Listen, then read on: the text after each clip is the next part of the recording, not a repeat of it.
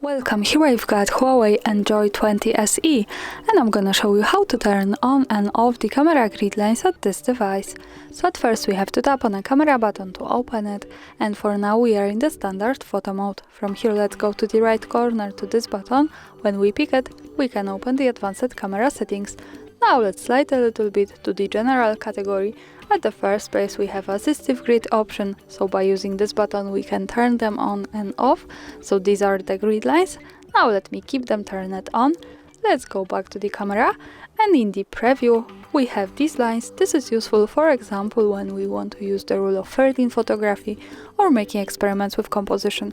Also remember that these lines are not visible at the real picture, so when I take a photo and when I tap to this button to go to the gallery, we can't see them.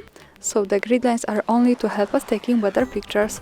And of course, when we don't need them, we can tap to this button in the right corner once again, slide a little bit to the general and use this button here to turn them off. So for now, the grid lines in the preview have gone. And that's all. Thanks for watching, subscribe our channel and leave the thumbs up.